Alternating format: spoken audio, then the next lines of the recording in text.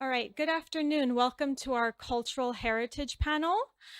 This is unfortunately a very hot topic following the war, during the war, even prior to the war, and it's a topic that is very critical. And so we have an incredible group of panelists that will be discussing various issues related to cultural heritage. But first, I want to introduce our members from CFTJ, our student members who have done incredible work for us. Sargsyan, let's begin with him. So Sargsyan is a second year student at the law department of the Artsakh State University. He is the chairman of our ARSU Student Council. He is interested in foreign literature. He joined CFTJ to help our Armenian American colleagues with fact-finding activities. And he has gained a lot of experience and new friends. So Ara, why don't you come over and speak?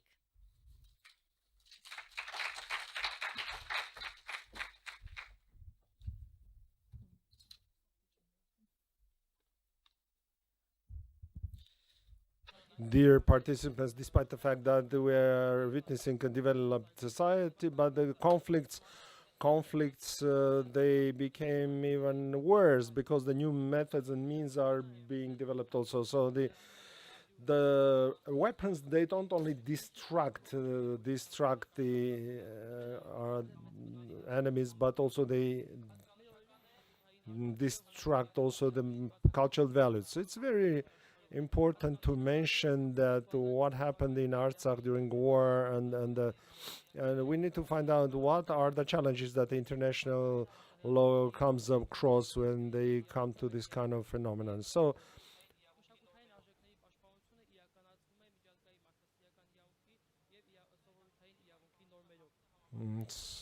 the issue of protection of human values, it's an overall goal for humanity. In the last decades, this kind of attacks, they became more and more. For example, Aleppo in Syria, and as well as the Palmyra town, which was one of the most ancient and beautiful cities that was destructed. And there's also the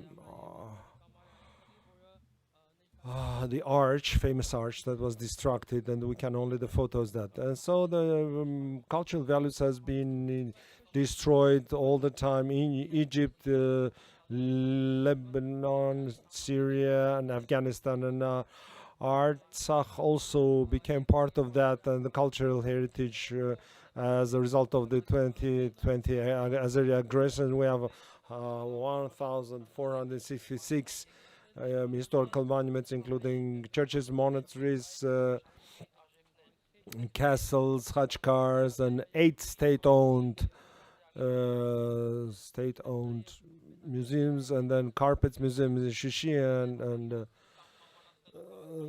in addition to that, there is a plan of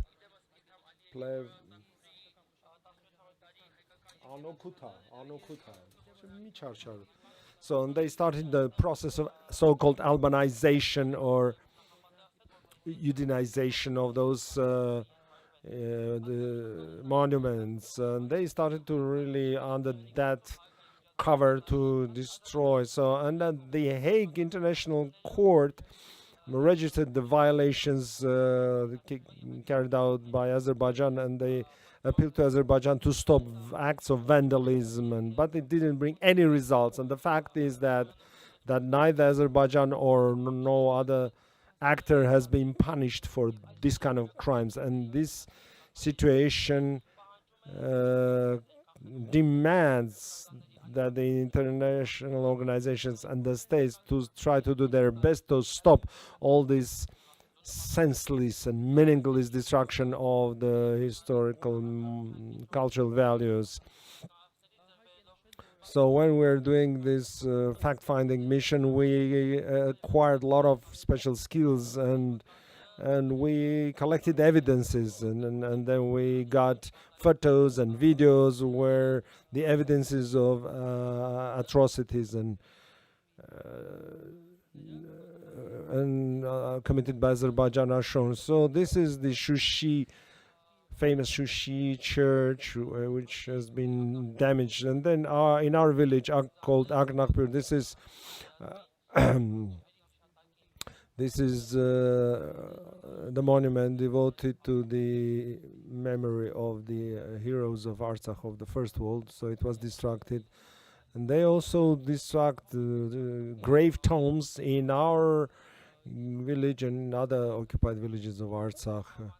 So Maghakyan church, which after completely has been destroyed after war. So these photos have been given us by our witnesses. At the end, I would like to express my gratitude CFTJ Center under the leadership of Mrs. Abgaryan for this very important job that has been done.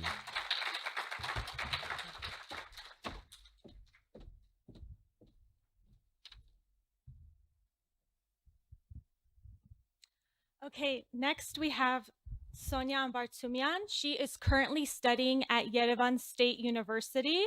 She joined CFTJ back in 2001.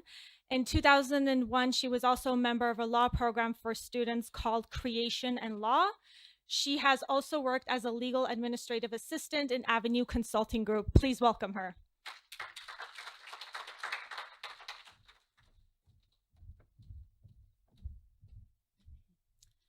Speaking about the cultural heritage, we cannot say that it belongs to somebody else. For example, in the 15th century, the Turks were going to Amaras to carry out the sacral process.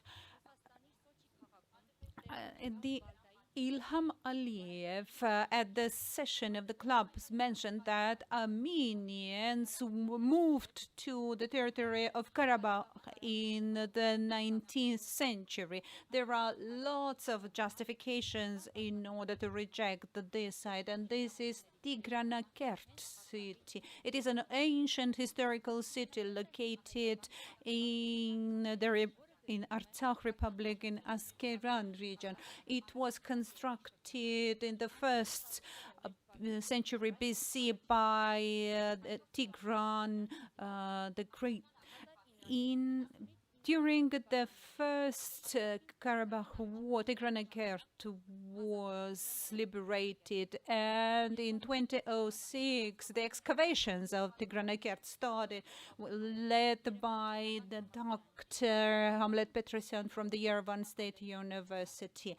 In 2008, Armenian manuscripts were discovered, which said Vache, the service of God, dating back to the 5th, 7th century, proving once again the existence of Armenians on the territory of Artsakh back in the 5th century.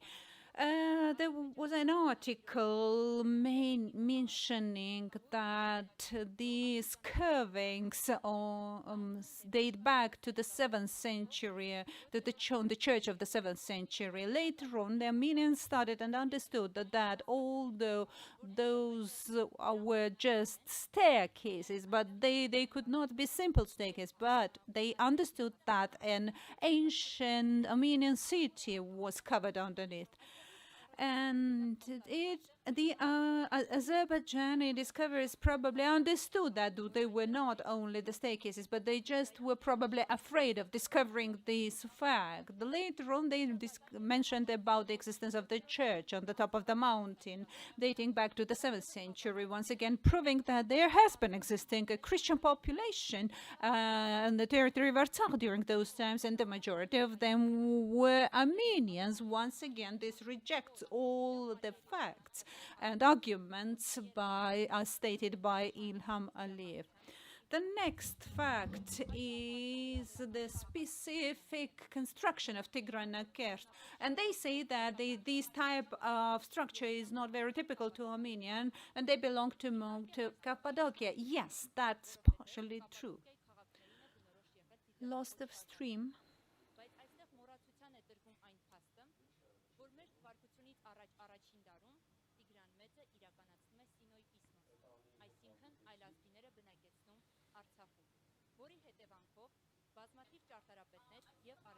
That is, we can say that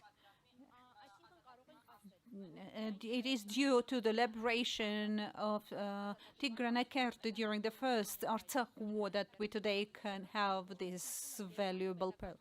Luba Kirakosyan, of course, says that it is very difficult to predict the destiny of Stepanakert, which is currently owned by the Azerbaijanis.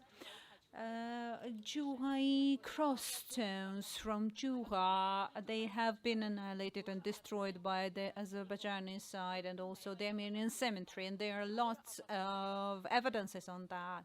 And according to all the European conventions, there are provisions that say that it is not we who say that Azerbaijanis are to be blamed, but it is that Azerbaijani side is to be blamed according to all these provisions. Thank you.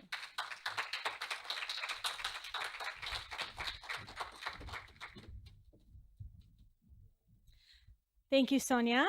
So we're going to begin with our three experts. The first one is Simon Maghakyan. You may have heard of him. He is an investigative researcher best known for exposing Azerbaijan's cultural genocide in Nakhichevan. He is a visiting scholar at Tufts University, international relations lecturer at the University of Colorado, Denver, PhD student in heritage of crime at Cranfield University, and executive director of Save Armenian Monuments. Simon's research and analysis has been published in international outlets, including the Art newspaper, Foreign Policy magazine, Hyperallergic, Time magazine, The Washington Post, and The Wall Street Journal. Joining us from Denver, Colorado, please welcome Simon Maghakyan. Thank you, Arsine. Thank you, everyone. I'm going to share a PowerPoint presentation and talk about some lessons from Nakhichevan that can be applied to Artsakh. So I see that there was also another share of the presentation. Arsine, am I going to share it myself or click it myself, or are we doing it? Okay. Because I'm sharing my screen now. I don't know if this is fine or.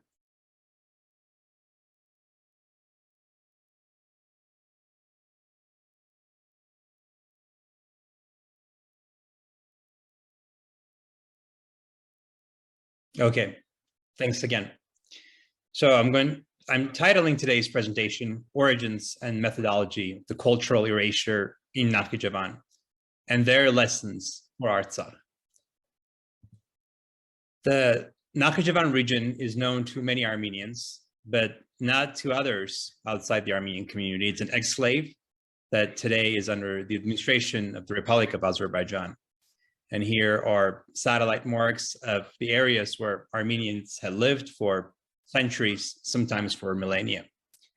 In 2019, with help from Sarah Pickman, a PhD candidate in history at Yale University, and many other scholars who assisted in the process, I published a major investigation in Hyperallergic that documented the erasure of Nakhichevan's entire Armenian past. The 89 churches, 5,840 crossstones, and 22,000 tombstones that Argam Ayvazyan had heroically and covertly documented in the 60s, 70s, and 80s. That number was reduced to 0. This is both unprecedented and unparalleled in any context and in any region. And of course, here is Argam Ayvazyan. He looks much older today and lives in Yerevan, but he is standing here next to a large khachkar in Norse, and one of his hand-drawn maps that shows some of the major sites in Nakhichevan. We have seen images like here of Surkarapet or of Jura or Julfa, and we've also seen images of the destruction. And to demonstrate how methodical this destruction has been, there's actually 1 or 2 monuments that have been saved.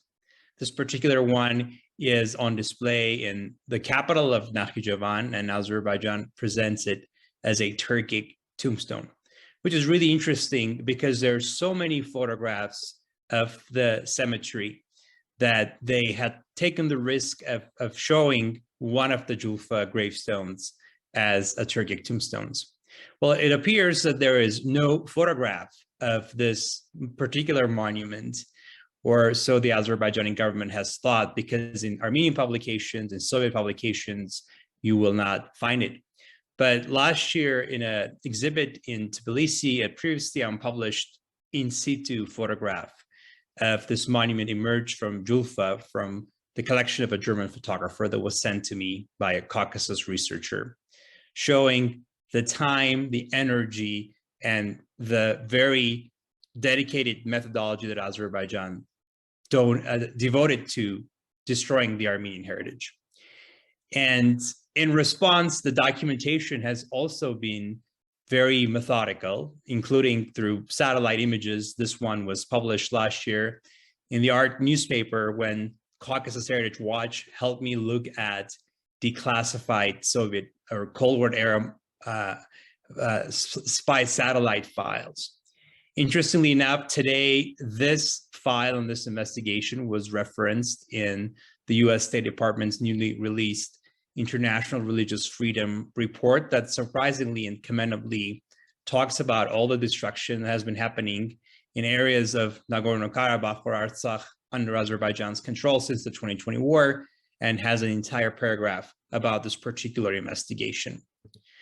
And one thing that has helped to get the word out about this was the response from Azerbaijan's ambassador, who said that the monuments depicted in the satellite imagery never existed to begin with. In some ways, this was a favor to those of us fighting for cultural preservation, because this was one of the major pieces of evidence that was submitted by Armenia to the International Court of Justice. But I don't want to dwell into proving that this destruction happened. That has been documented beyond any reasonable doubt. And today's State Department report, yet again, acknowledges the veracity of this investigation and other subsequent investigations that have taken place. What I do want to do is talk about the origins and methodology of the destruction, because this will help us understand what we are dealing with.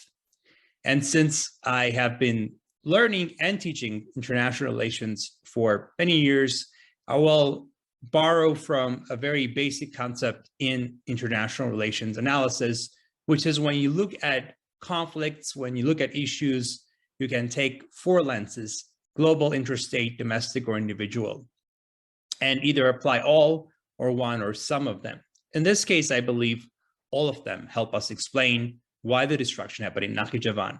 Of course, it's easier and also true to say that this was genocidal intent and power projection, as is all cases of destruction. But let's not simplify it. Let's try to understand it more deeper. So when it comes to a global regional analysis, the roots and origins of the destruction include Soviet nationality policy, which was the 1950s de-Stalinization that allowed Soviet states to feel more autonomous when it came to talking about their culture, about their history, and subsequent Garyanization, indigenization, which basically recruited ethnic majorities from the titular Soviet republics to be more engaged in their local decision-making. And what this did, it allowed for overcompensation for political suppression through historiography, through academia. That's part of the causes. Another issue is Caucasus memory politics. As we know, in the Caucasus, and Armenians and Georgians are certainly guilty of this, antiquity is used as political legitimacy. We're proud of history, but we often use it to try to delegitimize others if they don't have as much history. And Azerbaijan, we'll talk more about that, has tried to catch up. And there's also emulating Kemalist historiography, which was what how the Turkish government, after the establishment of the Turkish Republic, tried to rewrite history through the Sun theory and other discredited theories that even the Turkish Republic no longer uses. But there are also interstate issues as to why the destruction in Nakhichevan happened. Following the collapse of the Russian Empire during World War I and toward the end of that, there were challenges with post-imperial coexistence and overlapping claims because the Armenian homeland for centuries had been a theater of wars and imperial warfare, and now there was a large settled population other than Armenians that had to also figure out their own existence. Some people would say that the destruction in Nakhichevan was a direct result of the first Nagorno-Karabakh war to revenge and punish Armenians. And in some ways, it is also part of the reasons, but there's many others that we're talking about right now. One reason that has been completely not being considered in academia or in political analysis circles is Azerbaijan's relationship with Turkey. Nakhichevan is a protectorate of Turkey under the Treaty of Moscow. And even though Azerbaijan and Turkey consider themselves brotherly states, there is a fear in Nakhichevan that Turkey aims to ultimately annex Nakhichevan and make it part of the Republic of Turkey. So in some ways, the destruction was to outshine the big brother, to show that they can do better security than even the Turks have managed when it comes to erasing Armenians and their heritage. And of course, there's also the demoralizing Armenians.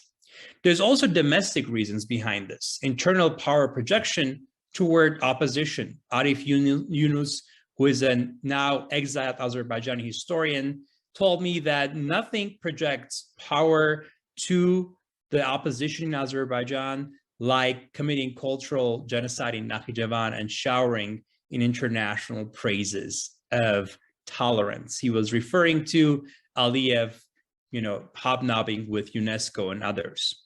Another reason is bad faith Albanization. We know, and we'll hear more, how Armenian monuments have been proclaimed Albanian or Caucasian Albanian or Arvanakan.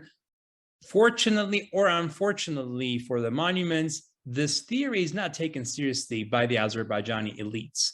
Here you have an example from Soviet Azerbaijani Encyclopedia talking about the Armenian monuments in Agulis, calling them sometimes Caucasian Albanian, and they disregarded all of this propaganda when it came to destruction, which caused a lot of confusion locally. Of course, Armenophobia, hatred for Armenians, is at the core of this, but not the only reason. And finally, for the domestic lens, there is Turkifying everything, including Islam, including the historical landscape in Nakhichevan, which is very different from how history is treated in other parts of Azerbaijan. But in Nakhichevan, there is an idea that the inhabitants are not Azerbaijanis, but they're Azerbaijani Turks. That's what the language that's used by the government and locals to describe the population. And finally, the individual level of analysis is also important. We know that dictators like Ilham Aliyev, who inherited the presidency from his father, has to overcompensate the delegitimacy. So in some ways, as Arif Yunus was alluding to, going after your foreign foe is the best way to try to earn points domestically. Another issue is daddy issues that Ilham Aliyev has had toward his father, the man in the center, Heydar Aliyev. Heydar Aliyev is still considered the most important president in Azerbaijan's history, and Ilham, of course, is trying to change it after the 2020 war. But even before the war, he tried to finish the cultural genocide that started in Nakhichevan by finalizing the wipeout of the Julfa or the Jura field of the world's largest collection of Khachkars, which he was able to do because of pumping oil to Western markets starting in 2005. And this photo in 1999 was supposed to celebrate the erasure of Armenian monuments, except that Jura had was still intact for a while. And finally, every dictator sometimes fantasizes about being a professor. And if you can get away with anything, sometimes rewriting history can be an appealing subject to play with. My last couple of slides talk about methodology and lessons. Methodology is important, and I will not be devoting too much time to it, but very quickly, I want to point out that everything that happened in Nakhichevan toward Armenian monuments was state planned. From the very beginning, The academic research and the inventorization or passportization was done directly by the government. I suspect that the order for the first phase of the destruction was given in 1997 under the pretext of celebrating a Turkic poem. I've written briefly about that, but there's actually evidence that the 2005, the final erasure to the right, this is the actual order that I've also written about previously. The execution was also with the engagement of state academia, the army, and Turkey's support, which provides the armaments for the Nakhichevan army. Now there's actually Turkish troops there as well. And then the construction economy, which is completely controlled by Vasif Talibov, the local autocrat. There's state denial through diplomacy, state media, state academia, foreign PR, shills, and world silence. But there's also enabling factors that I think are most important. Among them, lack of Armenian residents who were ethnically cleansed from Nakhichevan, ban on Armenian visitors and independent researchers, lack of international concern, monitoring, and accountability, and politicization of history, which I think are the most important lessons for Artsakh and how we can preserve even the monuments that are today under Azerbaijan's control. So one way to address that could be access, to make sure that Armenians have pilgrimages, that they can worship their monuments, which is something that several organizations, including Save Armenian Monuments, has been advocating for. We've also heard of remote monitoring. Caucasus Heritage Watch uses satellites, and they were cited 10 times in today's US State Department report, which is very commendable, but also surprising because as far as I know, the US State Department has been refusing to issue them free satellite imagery. There's the local Monument Watch headed by Dr. Hamlet Petrosyan. The AUA is launching a similar project, but there's also simpler things that have not been implemented. And I personally, from borrowing a suggestion from an Azerbaijani scholar, have been suggesting the implementation and installation of cameras, just browsable, cameras that can be streamed online 24/7 for us to be able to monitor the state of the monuments. We have seen international concerns through ICJ lawsuit and media coverage and the recent European Parliament resolution. So a lot of the things that were not in place for what happened in Nakhichevan are in place today. We just have to keep at that and make sure that this is a topic that is under constant discussion. But most importantly, I think we have to depoliticize sacred sites, not talk about monuments as objects of political claims or political superiority, but talk about holy places, sacred sites that belong to everyone, but have a special meaning for people who have been praying there for centuries, for millennia. And we have to leave no stone unturned in finding solutions to saving the monuments. Otherwise, we'll see the image that you see at the bottom, which is what was left of Julfa. Here on to the right, I was there at the Iranian border in 2013, and all I saw was a flat field, as if nothing had ever existed there before. Thank you. Thank you so much, Simon, and thank you for being awake at this hour in Denver. I'm sure we'll have a lot of questions for you. Our next guest is no stranger to Artsakh. So Yelena Ambartsumian is general counsel at a civil and environmental engineering consulting firm in Connecticut. She is also the co-founder of Kamijan, an Armenian lifestyle brand, and founder of ORIGEN Art, a collection of management platform, peer-to-peer marketplace, social media feed for contemporary art collectors. Before going in-house, she worked as a senior litigation associate at a premier global law firm, where her practice focused on complex commercial litigation and regulatory investigations. She has authored several articles on Armenian cultural heritage in Artsakh, including Why Armenian Cultural Heritage Threatens Azerbaijan's Claims to Nagorno-Karabakh. Ms. Ambartsumian has also co-authored numerous reports to United Nations agencies regarding Artsakh, including a report to the UN Committee on the Elimination of All Forms of Racial Discrimination, CERD, which will be discussed heavily today, documenting Azerbaijan's treaty violations, which was later cited by the Republic of Armenia in its pending case under the CERD against Azerbaijan before the International Court of Justice. Please, let's give a warm welcome to Yelena Ambartsumian.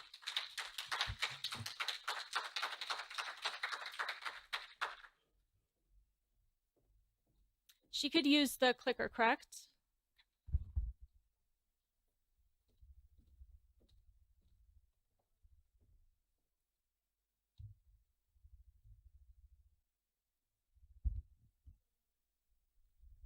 Thank you to the Center for Truth and Justice for inviting me to this conference and for the very important advocacy work that you're doing.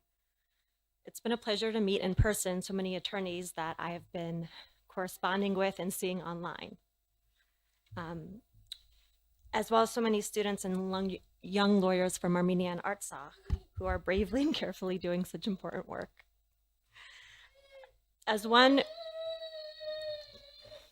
Sorry, that's my son. He was excited to see me.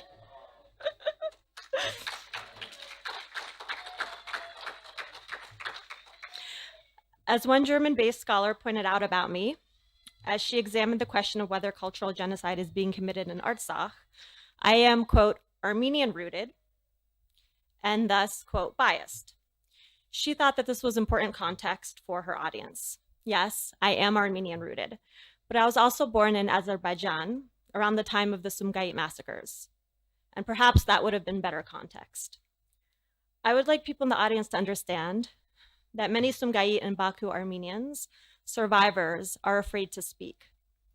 In fact, when I first received a research grant publicly to travel to Artsakh many years ago and investigate certain 13th century monasteries, I also received a call from my local FBI office informing me that my name and my home address had been published online on some sort of jihadist website with instructions to harm me, along with the information mainly of US servicemen and women. I've never served in the US Army. In addition to the Artsakh research grant, I had also just written about Pope Francis's remarks on the Armenian genocide. So yes, it was difficult to publish openly and under my name during the 44-day war of conquest, particularly as we saw attacks on Armenian churches and schools in California, marches in Lyon, France by Turkish ultranationalists saying they would find and kill the Armenians, and open letters in Germany announcing they knew where the Armenians lived. If you know about the Baku and Sumgait massacres, the idea of knowing where someone lives, someone's home address, particularly Armenians, is a clear signal, reminiscent of that. So I actually called Simon Maghakyan for advice before I first published in Hyperallergic, and he gently reassured me that I am not that important.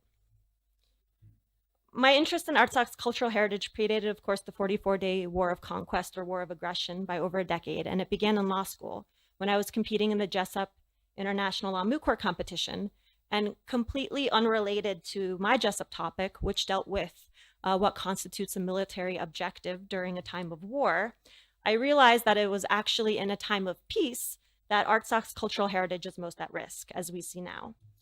In fact, looking at most international mechanisms that protect cultural heritage, you can see that they're organized around the principle of the sovereign equality of states, and not primarily around the rule of law, as many of us would like to believe.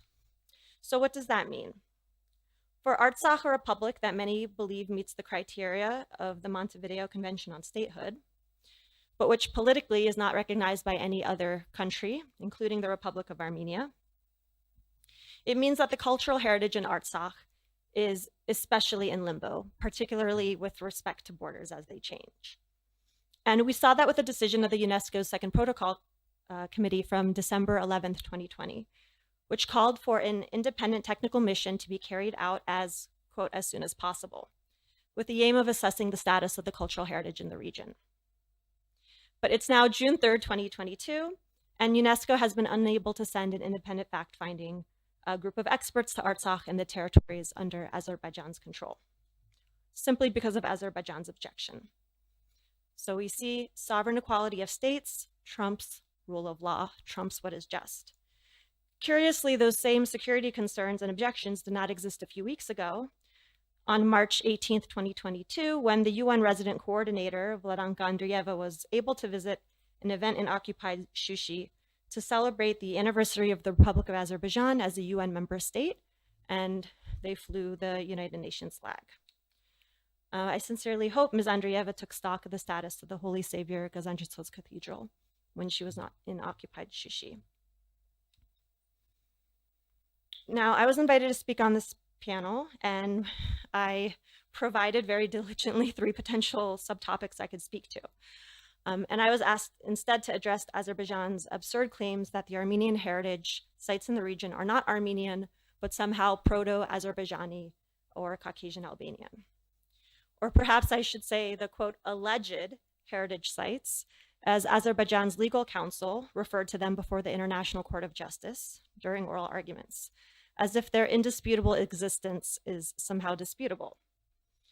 For reasons that Simon Maghakyan alluded to, Azerbaijani propaganda has claimed that these vanished Christian Caucasian Albanian peoples, who, by the way, by the 9th century, had intermarried with the Armenians to fight off the Arab invasions and ceased to exist as such, jumped through time to actually become the ancestors of the now Muslim Azeri people over 1,000 years later. And this argument is not just used to create a retroactive argument that ties Azerbaijan to Artsakh, but it's used to supplant and exclude a living people from their cultural heritage sites, which they would otherwise be using. And I'm, of course, speaking of the Armenians. By the way, I recently had dinner with some friends who are originally from the village of Tukh in the Hadra region, which is now occupied by Azerbaijan. So, of course, they recently lost their homes. And although I had visited 2 churches relatively close to their home, during this dinner, they informed me that their village actually had 4 churches. And they described to me in exacting, beautiful detail their churches. They also told me on Sunday, September 27th, 2020, at 7 a.m., when Azerbaijan's aerial bombardments began, as the men in the family were preparing to mobilize and go defend their villages, the women of the family had the first instinct not to seek shelter in the bunkers under their home, which they had built, but to go light candles at the nearby church and pray. So yes, these churches are quite old. Some of them contain relics, but these churches are not relics of the past. Before I get into the Caucasian Albanian claims, which I feel sometimes that giving them breath is reactionary and counterproductive, and in fact, that's why I really appreciated the earlier presentations today about Artsakh cultural heritage and reclaiming that history. Because of course, every time that we speak against Azerbaijan's propaganda, we lose an opportunity to talk about ourselves and our history. So before I get into that, I'd like to give the audience, particularly the students and newer lawyers, some background that I know is not explained in our legal casebooks.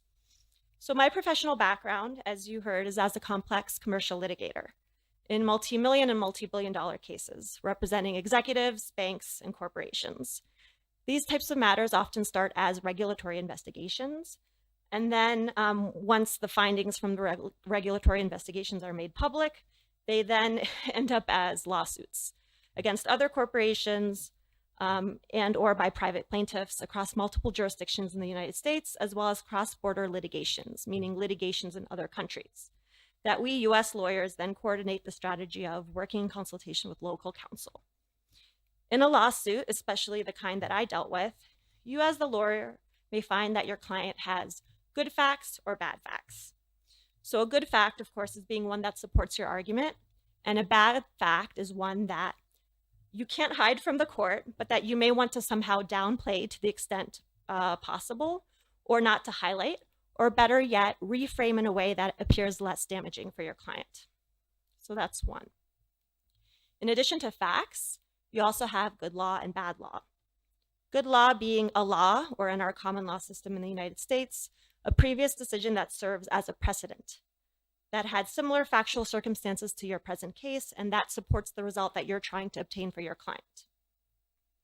In cases where you don't have very good facts or very good law, and I've been in many of these situations, and in fact, even when you do have good facts and good law, if you're an exceptional lawyer, you're going to want to do this third group, which is called policy, meaning you will make a policy argument to the court that if your honor decides in a certain way against my client, it's actually going to open this door of horrible results for the future, and it's going to implicate concerns larger than this specific case. Judges will often ask you policy-related questions because they want to understand the bounds or the contours of your argument and the result you're asking for. And they may also do this to test your credibility the credibility of your argument. So you have to be prepared in advance and plan out all potential hypotheticals. Now, in cases where the facts are against you, the law is also against you and your client, and the policy considerations weigh against you, what do you do as a lawyer? Do you throw your hands up?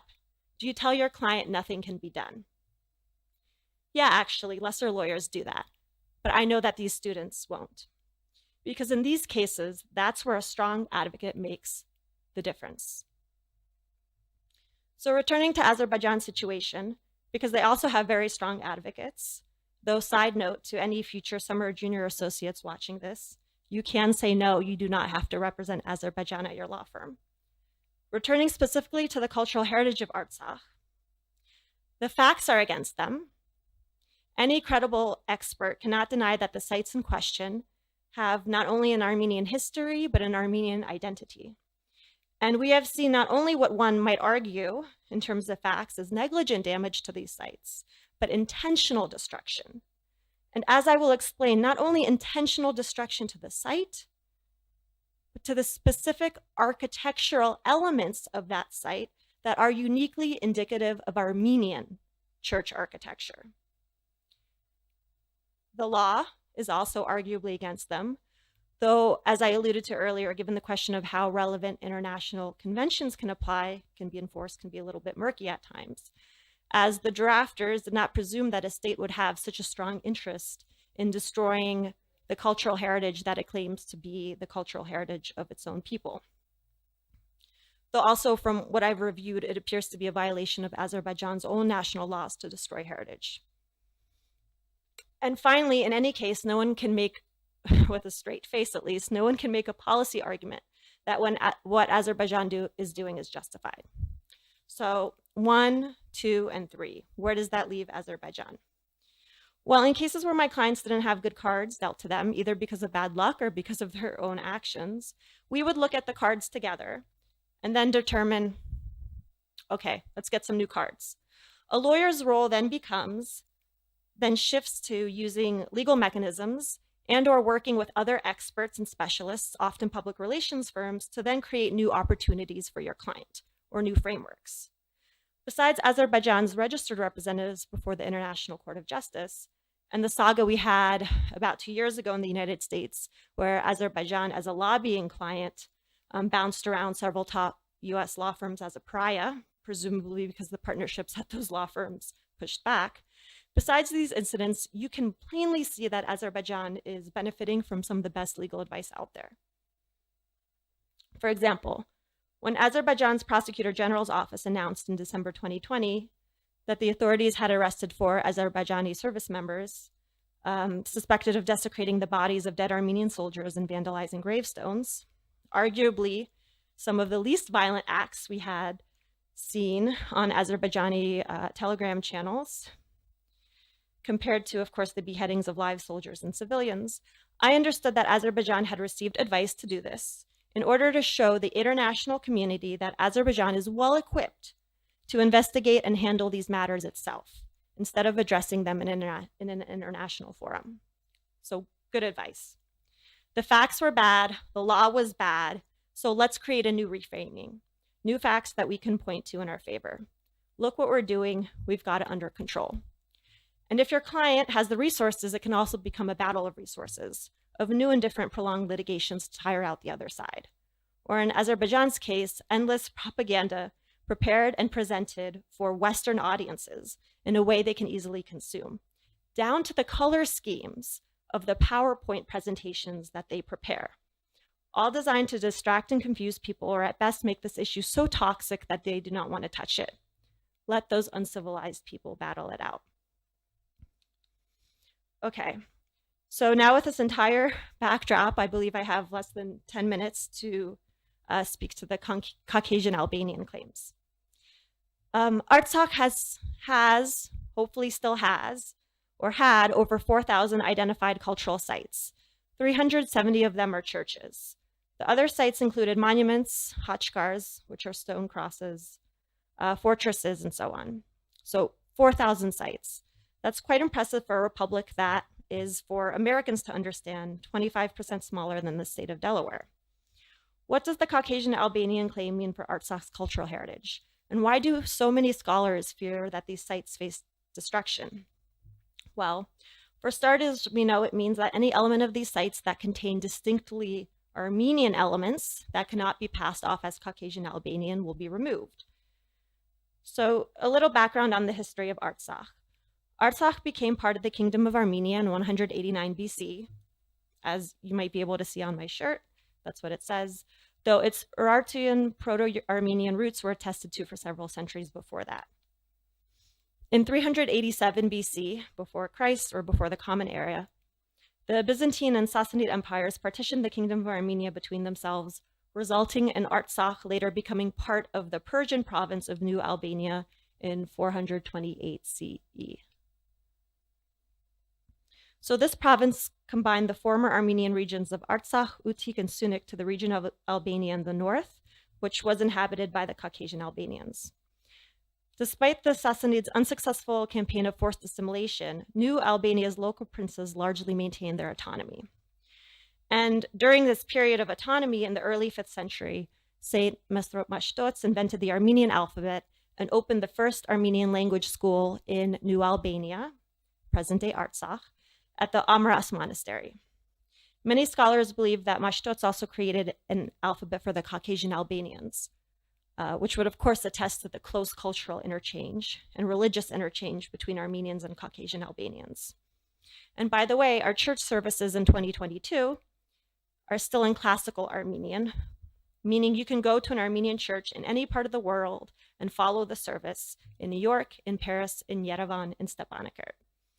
Armenians, of course, had a spoken language for quite some time before the creation of their alphabet, but it was the creation of this alphabet in the early 5th century that helped to homogenize Armenian culture, because it finally allowed churches to conduct their liturgies in Armenian rather than in Greek or in Syriac as they had been doing.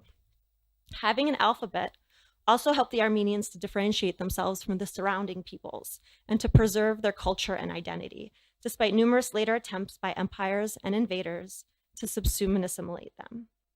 The Armenian Apostolic Church is split from Byzantium following its rejection of the Council of Chalcedon, also played strongly into this unique identity. The next several centuries saw multiple waves of migration through Artsakh, including the Arabs, Seljuk Turks, and the Mongols. Migration is, of course, a little bit of a euphemism. The Arabs arrived in the 7th century, usurped the Sassanid presence in the region, and ruled there until the 10th century.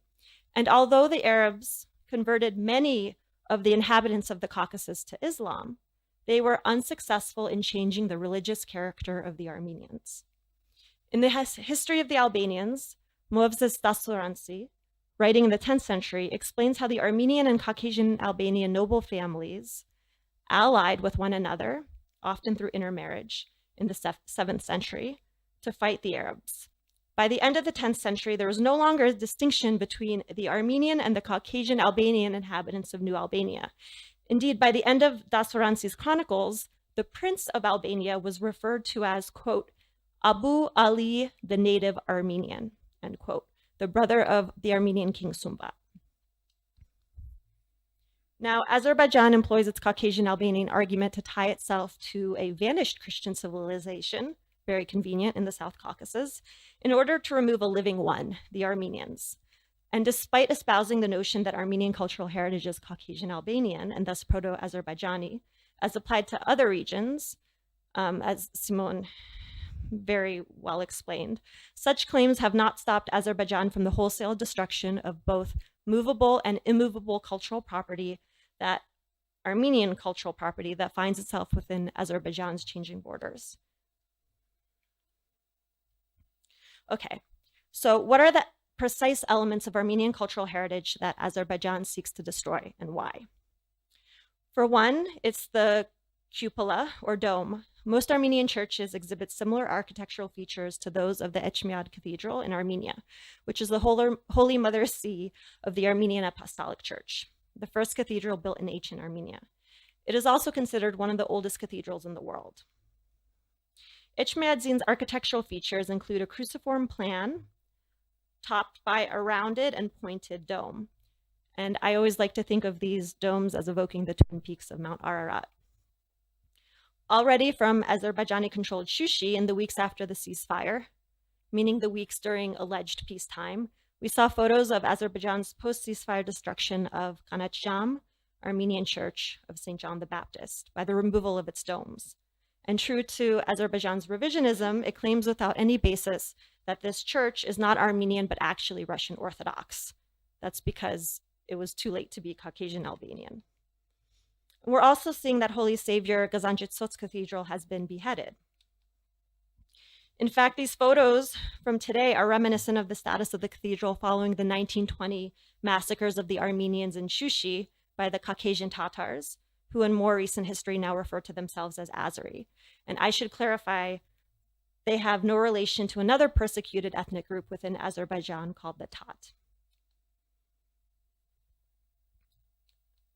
The second element of these religious sites is the founding inscriptions and donor portraits. I'm flipping through some photos here of Gaziantep. So I guess according to Azerbaijan, it's being restored to its earlier form, which is post the 1920 massacre. So the second element is founding inscriptions and donor portraits. Donor portraits are particularly unique to Armenian churches in the region. They typically depict a model of the church in the hands of its donors in bas-relief. Inscriptions and donor portraits are among the most problematic elements for Azerbaijan's claims that Armenian churches were actually founded by Caucasian Albanians, because the inscriptions are engraved using the Armenian alphabet, and the donor portraits document and depict Armenian nobles that commissioned the cathedrals and gave land for the monastic sites. In other words, they tell the story of the site. So on the left is from Dadivank, and on the right is Ganzasar. Azerbaijani revisionism posits, again with no basis, that these inscriptions were added by Armenians centuries later to hide the Caucasian Albanian provenance of these cathedrals. In fact, at Ganzasar, for example, the donation inscription is engraved within the interior of the church in its most sacred space, and it refers to the donor as the Grand Prince of the Armenian dynasty of Khachen and Artsakh, who is described by his contemporaries as, quote, a pious religious man and a modern Armenian by nationality. Accordingly, if given the, a modest Armenian by his nationality. Accordingly, if given the opportunity, many people fear that Azerbaijan will erase Nagorno-Karabakh or Artsakh cathedrals of their Armenian origins. And of course, many of you have seen photos of President Aliyev and Azerbaijan's vice president, Mr. Aliyev's wife, pointing to such inscriptions and declaring them as fake. Third and finally, speaking of things that Azerbaijan's autocratic Petro regime refers to as fake or artificially aged, are Armenian hachkars, or stone crosses. The cross, which represents Jesus' crucifixion and salvation through that crucifixion, is an important part of worship for Armenians in our devotional practices. The vertical line of the cross represents God's divinity, and the horizontal line of the cross represents God becoming man, not just in physical appearance, but in the same human suffering that we experience. The horizontal line, in other words, means that Jesus put himself on the same level as us, for us to access him in the salvation through him. Armenians create what are known as hachkars, intricately carved stone crosses, cross stones, that contain a cross resting on the symbol of a sun or an eternity symbol. Hachkars are on UNESCO's representative list of intangible heritage of humanity, and we have seen video and satellite evidence that points to the destruction of these unquestionably Armenian monuments. So with my last 30 seconds, I want to emphasize that when we break down Azerbaijan's claims, we see how absurd they are and how they are motivated truly by an anti-Armenian hatred. This hatred, of course, not only affects Armenians, but it affects Azerbaijanis too. And its impunity sets a dangerous precedent for oppressive states everywhere. Sadly, I've even heard some Armenians question Artsakh's Armenian history, or some people may want to think that there's some truth somehow to Azerbaijan's claims because they're so pervasive. And I've also heard NGOs suggest to Armenians that they, on a grassroots level, should build trust with Azerbaijani civil society organizations, when these NGOs also admit that they have no programs in Azerbaijan themselves? Why is that? Putting that aside, it's advice that is completely disconnected from the reality of Azerbaijan's state-level policy of anti-Armenian hatred, and I would argue also radicalization. The Azeri man who sheltered my family 30 years ago during the Baku pogroms was later murdered for refusing to join the racist anti-Armenian Popular Front. And ethnic minorities, friends of ours, who were similarly persecuted by the Azerbaijani state, have children who now consider themselves Azeri, or in one young woman's words to me, "У меня чистая азербайджанская кровь," which translated from Russian means "I have pure Azeri blood." So indeed, the destruction of Armenian cultural heritage in Artsakh is not just a bunch of stones and rocks and land grabs. It's the destruction of an identity, of not only a multi-millennium long history of an indigenous people, but a testament to their future towards eternity. Thank you.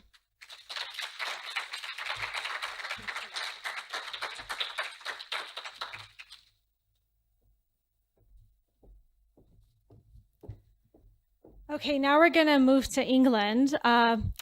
Alexander Herman, can we get him on the screen?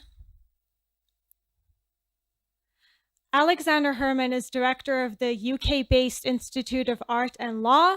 He has written, taught, and presented on many topics in relation to art and cultural property, having recently published the book Restitution, The Return of Cultural Artifacts.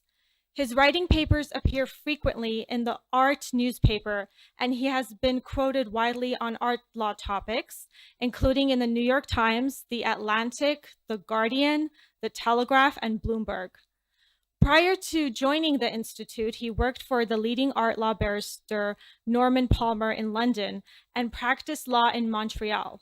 He is also program co-director of the Art, Business, and Law LLM at the Center for Commercial Law Studies, Queen Mary University of London.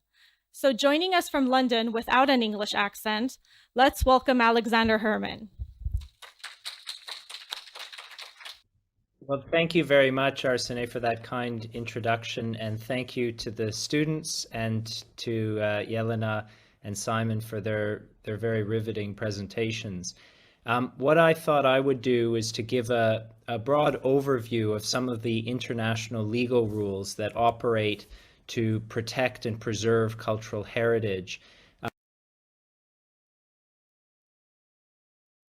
Because I don't know enough about the conflict in 2020 or about the deeper historical roots in the region. But I've learned a lot already, and I hope that can come out in the discussion. So I'm going to present more the general rules that exist, and then we can see how they might apply in these particular cases. What I wanted to start with was maybe a framework that repeats the subtitle of this session, which is preserving cultural heritage, mitigating damage, and then punishing destruction.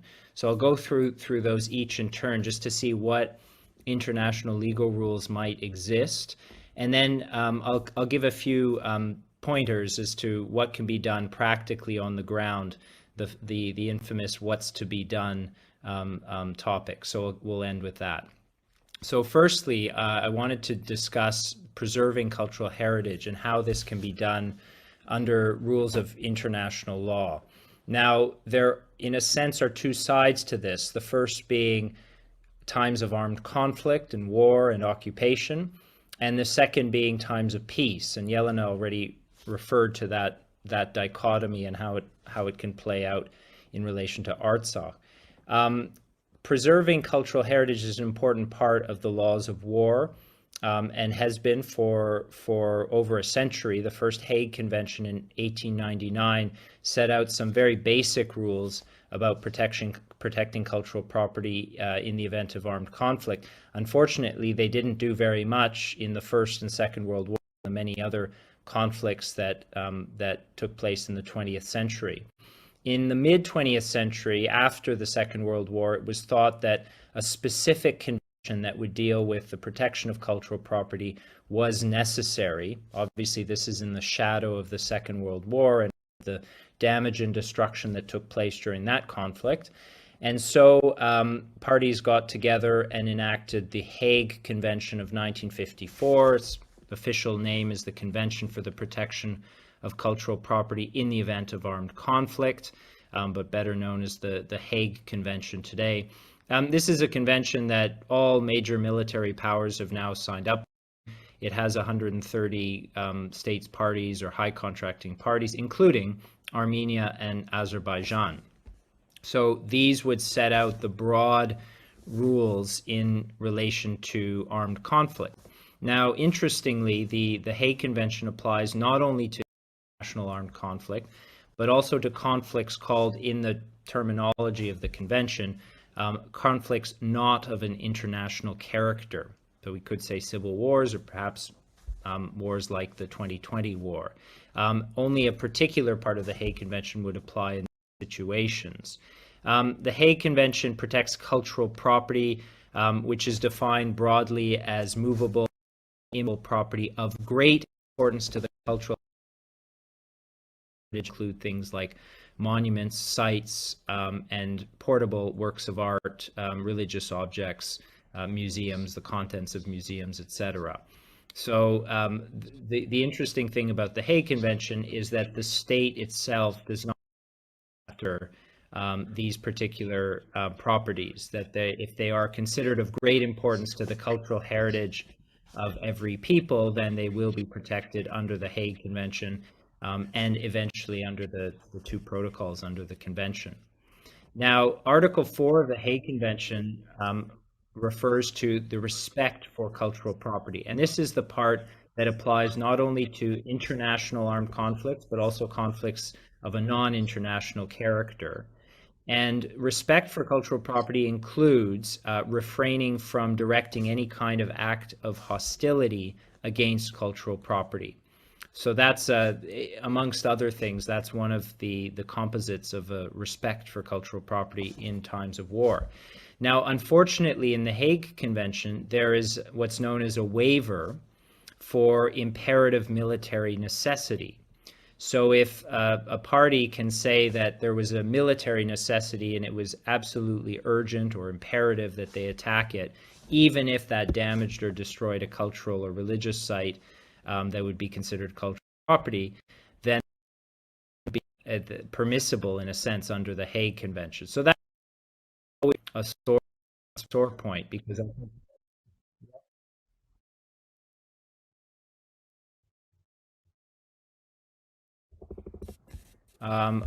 oh, sorry about that. I'm not sure. Does it just keeps cutting?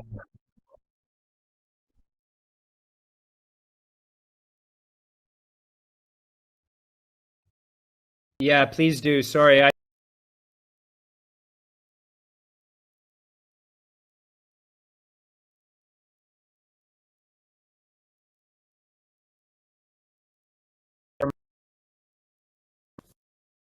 Well, I'll keep going, but if you think that this isn't working, then we can, either postpone it or interrupt it. So just let me know. Okay, okay. So I'm not sure how much of that you heard or were able to pick up on, but I was just talking about the Hague Convention of 1954 and the rules it sets out in relation to the respect for cultural property, and it applies not just to international cultural or conflicts, but also to conflicts of a non-international character. That is a convention that has been acceded to by both Armenia and Azerbaijan. There are also rules of customary international law that largely reflect what I've already mentioned in relation to the Hague Convention of 54. And so can't be done in an armed conflict. Now, turning to situations where there is no war or where we're in a time of peace, as much as that can be a contentious term, I know certainly in what we're talking about today. But let's talk about what obligations states might have outside of an armed conflict vis-a-vis cultural property. In this situation, we're talking about obviously not so much cultural property of other states, but actually cultural property of your own state. And Yelena already made reference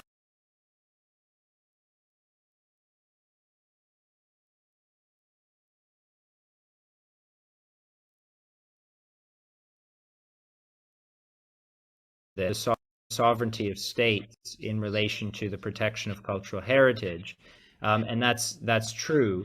But there are international agreements that can sometimes interpose to a certain extent on that sovereignty.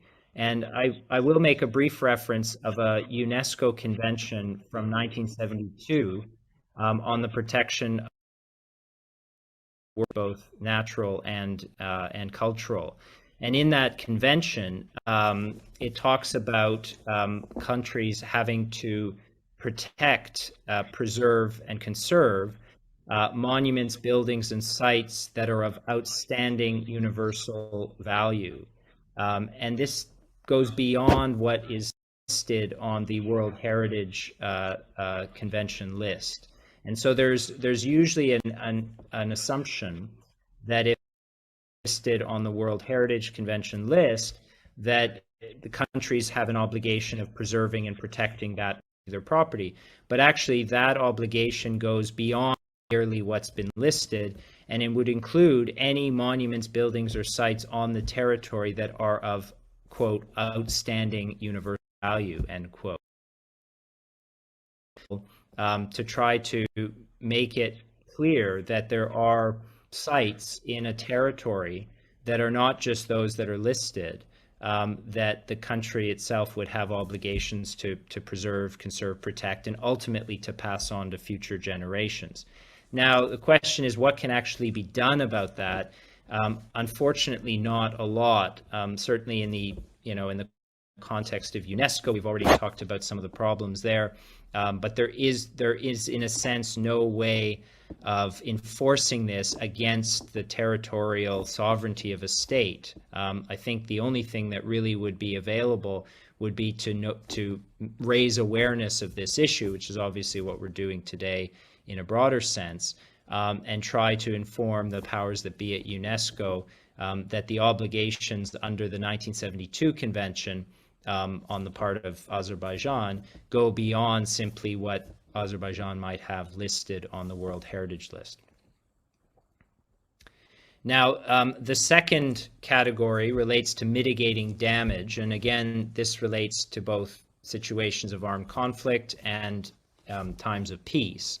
In terms of war, there are obviously many instances where theft, pillage, misappropriation, vandalism of cultural property can occur. These are also considered by the 1954 Hague Convention.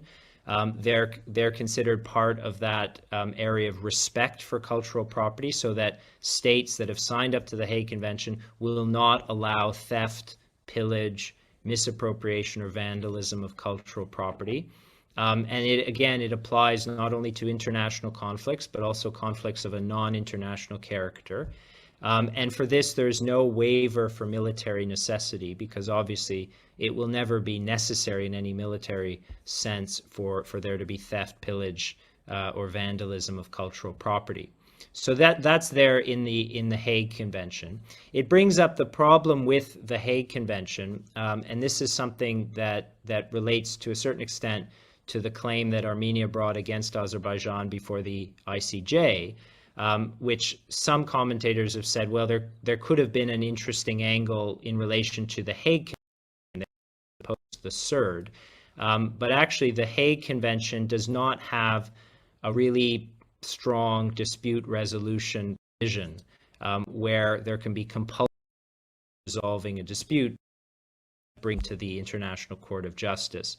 Instead, the Hague Convention operates through a system of protecting power,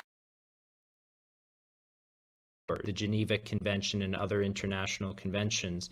But it basically means that the protecting powers of each state involved in a conflict have to be involved in sorting out some kind of resolution. Can assist as well, but as we've already heard, UNESCO has effectively been stymied by Azerbaijan, so there's not very much that they can do, it seems, at least on the ground. So that brings us to situations in times of peace that involve any kind of removal, misappropriation, or the export of movable cultural property from a territory. So here we're talking not obviously about armed conflict, but just the kinds of things that might occur in countries where there is illicit excavation, for example, like in Egypt that occurs, or used to happen a lot in Italy and Greece. Countries got together in 1970 and enacted the 1970 UNESCO Convention, not to be confused with the 1972 UNESCO Convention. Unfortunately, UNESCO had a few conventions going in those early 70s. But the 1970 convention, very important for curbing the illicit trade in cultural property. So this actually affects not just the territory of a state, but what happens if cultural property leaves that territory and ends up in the territory of another state that's party to the convention, but obviously not otherwise involved with that first state. And this convention has been acceded to by both Armenia and Azerbaijan. It has 140 states parties, so it's generally quite a well-known international convention, quite important. It's relatively limited in terms of what it allows for legally. And the problem is that if something were to be taken out of, let's say, Azerbaijan and end up in the UK, it provides a state-to-state mechanism for return. So the state of Azerbaijan would, theoretically have to bring a diplomatic claim to the UK in order to recover cultural property. So that's obviously not feasible in the present situation. However, what's useful about the 1970 UNESCO Convention, this affects much of the work that I do in relation to museums, is that museums and other cultural institutions around the world have generally accepted the 1970 UNESCO Convention as a way of setting standards in the sector itself. And they're usually ethical as opposed to legal standards. So that would mean that museums would undertake to abide by the principles underlying the UNESCO Convention, even if it's not legally binding on them. So that means that museums would not acquire property that was taken out of its place of origin in a way that would contravene the convention. And it goes even beyond that, and some situations can apply to material that's already in collections, although that gets a little bit more contentious. And then lastly, in relation to this, there can be situations where civil claims can be brought to recover cultural property that has left a territory. And civil claims, obviously, and Yelena is an expert in civil disputes, but civil claims obviously do not have to be brought by the state of origin. They can be, and they have been in many instances, but they can also be brought by an original owner. So that could happen where, say, a church, which was established as a legal entity, was the original owner, obviously, of the property in the church. And if something was stolen and ended up for sale at an auction in Geneva, the church itself could potentially bring a claim to recover it. And that happened in relation to occupied northern Cyprus, where the autocephalous Greek Orthodox Church brought a successful claim in the U.S. courts in 1990 against Feldman Fine Arts and the art dealer Peg Goldberg to recover 4 mosaics, Christian mosaics that had been hacked off of churches in northern Cyprus in the 1970s. So the church itself was the entity that brought the claim and successfully managed to recover those 4 icons. So that's another possibility with civil claims being brought through the courts. Now that's obviously difficult because court cases are long and complicated. But there is an international convention. It's probably not one that we think about very often in this area, but it needs to be mentioned. It's the 1995 UNIDWA Convention on Stolen or Illegally Exported Cultural Objects. And this is a convention, the reason I say we don't talk about it very much is that most of the art market states have not signed up to the UNIDWA Convention. They've signed up to the UNESCO Convention, but not the UNIDWA Convention. But interestingly, I noticed that Azerbaijan has acceded to the UNIDWA Convention. So that could potentially mean that if material left that territory and ended up in another state that had itself signed up to the 1995 UNIDWA Convention and implemented it, it would give a right to the original owner of that property to restitute it, to have it restituted to them through the courts of that that other country where the item had ended up. So it's not just a right for the state, it's also a right for the original owner to bring a restitution claim under Article 3 of this 1995 UNIDROIT Convention. So that's something that can be thought of, at least in terms of the legal options that might be available. And then I thought I would just end, I'll skip the part about punishment because that might come up in the discussion, but what can be done on the ground. I mentioned the 1972 World Heritage Convention, the UNESCO World Heritage Convention, the fact that it applies not just to properties that are on the World Heritage List, but also to other properties of outstanding universal value. So raising awareness of what kinds of properties this might apply to, and trying to bring that information to the attention of possible. Secondly, if property is being looted and taken out of the territory, consider registering it as stolen property. There are that provide that kind of service of registering stolen property. The famous one is the Art Loss Register, based in the UK, but it has a global reach.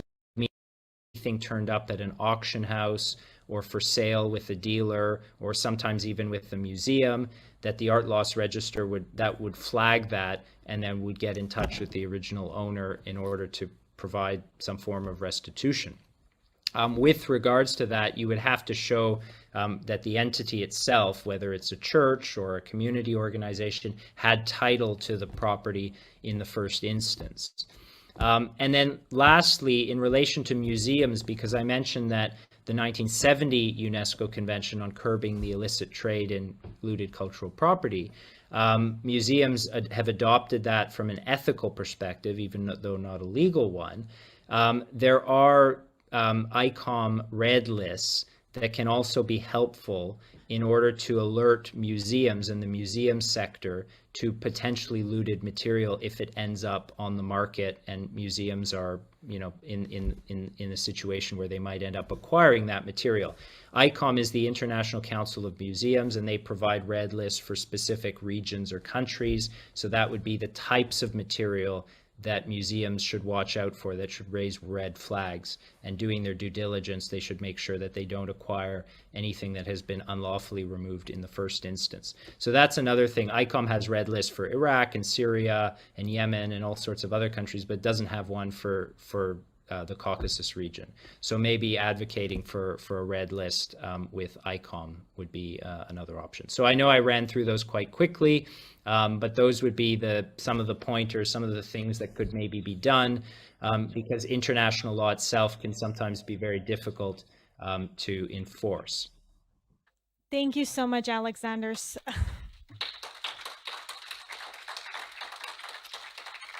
So I have some bad news, but with questions for you three.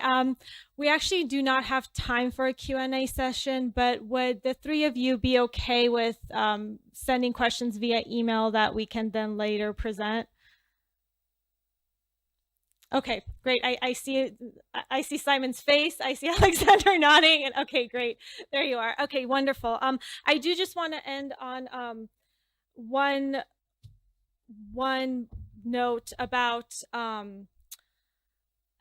Alexander, the December 7, 2021 decision, Armenia versus Azerbaijan. I know you said it was heavily underreported, and there was a very unique twist to it. So I'm sure that we'll probably see publications about it, hopefully soon. Yeah, I wrote an article in our journal. It's called Art, Antiquity, and Law. That's the name of the journal, and it's coming out momentarily. Actually, I just saw the proof, so it's coming out. It's a legal case note on the Armenia v. Azerbaijan case, but specifically on the point about cultural heritage protection, because that's, from my perspective of my area of expertise, that's what's very unique about that provisional measures order from the ICJ, because it's not something we've seen before. And I think more broadly, what that provisional measures order does is it starts to link the protection of cultural heritage with the human right to access your cultural and religious site. So that's a link that we might think is an obvious one, but courts are rather loath to draw that link. So I think that's a really important step that the ICJ has taken. We'll see where it goes in terms of the final decision on the merits. But yeah, I think that's a really, really important decision, and we'll see what the next steps are. Thank you so much to this panel. Let's give them a round of applause.